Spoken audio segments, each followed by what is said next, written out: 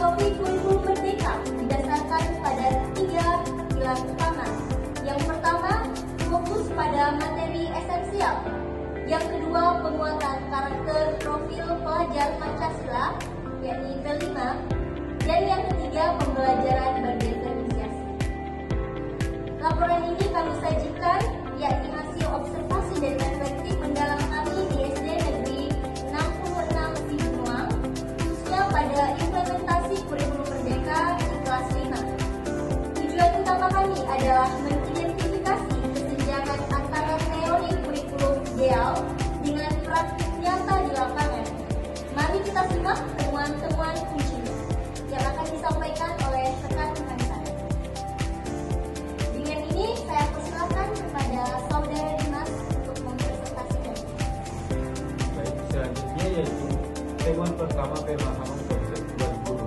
Secara konseptual, guru menunjukkan bahwa pemahaman dasar yang baik yaitu fokus pada pengembangan literasi, numerasi, dan serta karakter. Namun, guru juga secara jujur mengungkapkan bahwa mereka masih dalam proses belajar, dan ini menunjukkan bahwa implementasi kurikulum ini masih berada di tahap awal, dan kesenjangan utama terjadi pada aspek otonomi kurikulum. Dan secara teori, sekolah seharusnya merancang kurikulum operasional satuan pendidikan dan alur ujian pembelajaran dan sesuai dengan konteks. Akan tetapi di lapangan, guru mengakui bahwa mereka sangat bergantung pada buku teks, yang dimana mereka hanya belajar menggunakan buku yang diikuti. Terus hal ini mengidentifikasi bahwa guru belum sepenuhnya berfungsi sebagai perancang kurikulum mandiri, melainkan masih sebagai pelaksana buku ajar. Guru pun merasa bahwa pelatihan dan pengembangan lebih lanjut masih diperlukan untuk memperkuat pemahaman kembali. Untuk materi selanjutnya saya serahkan kepada saudari Dila. Selanjutnya yaitu temuan 2, yaitu kesenjangan inti. Temuan ini merupakan aspek paling krusial pilar utama kurikulum merdeka, yaitu pembelajaran berdiferensiasi berdasarkan prinsip individualitas. Belum diimplementasikan, guru secara terus terang mengakui belum mengerti konsep tersebut. Dan ini menjadi sebuah ironi. Guru menyebut tantangan terbesar adalah beragam karakter siswa dan kesulitan dalam menghadapinya. Padahal keragaman ini justru menjadi dasar logis untuk menerapkan diferensiasi. Apalagi dengan jumlah siswa kelas 5 yang hanya beranggotakan 4 orang. Kondisi ini seharusnya sangat ideal untuk melakukan diferensiasi produk, konten, dan proses.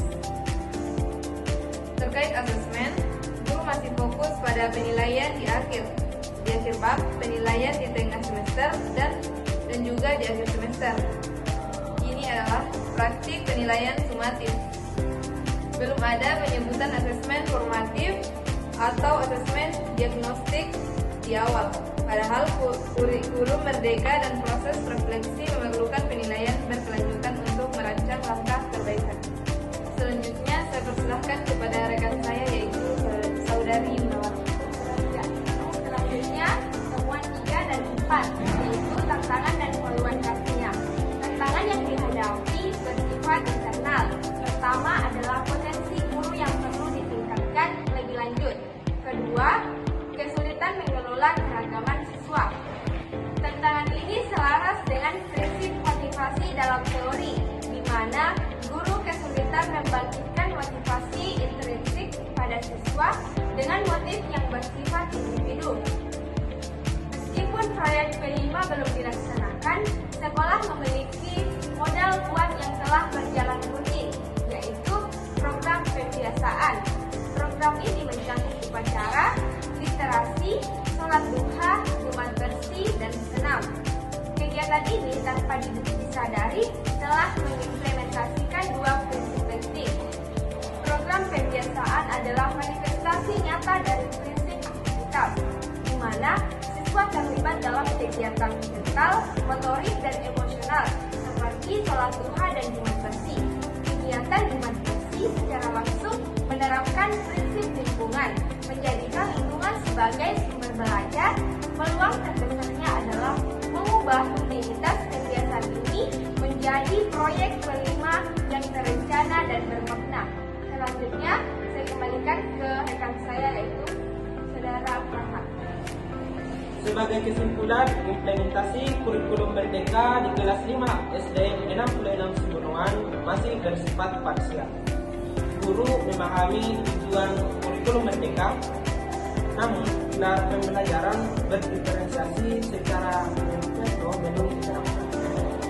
Tantangan utama adalah kapasitas guru, namun sekolah memiliki beban besar melalui kondisi kelas yang ideal. Seperti di kelas 5 ada 4 siswa dan modal program pembiasaan. Kami merumuskan 3 rekomendasi utama untuk peningkatan kualitas bagi pihak sekolah. Kami menyarankan untuk mengutamakan workshop atau pelatihan internal yang aplikatif tentang pembelajaran berdiferensiasi. Selanjutnya, melaksanakan penataan ulang program pembiasaan menjadi proyek penguatan profil pelajar Pancasila yang dilengkapi dengan modul dan penilaian yang jelas. Bagi guru, kami berharap dapat proaktif mengembangkan potensi diri, termasuk memanfaatkan platform Merdeka Mengajar, dan yang terpenting mulailah melihat keragaman karakter siswa bukan sebagai masalah, melainkan sebagai informasi awal untuk menerapkan prinsip individualitas dalam pendidikan. Dengan refleksi ini, kami berharap dapat memberikan kontribusi signifikan bagi SDN 66 Sibunuan dalam meningkatkan kualitas kurikulum Merdeka. Terima kasih atas perhatiannya. Jika ada salah kata, kami mohon maaf. Kami akhiri dengan ucapan wabillahi taufiq wal hidayah.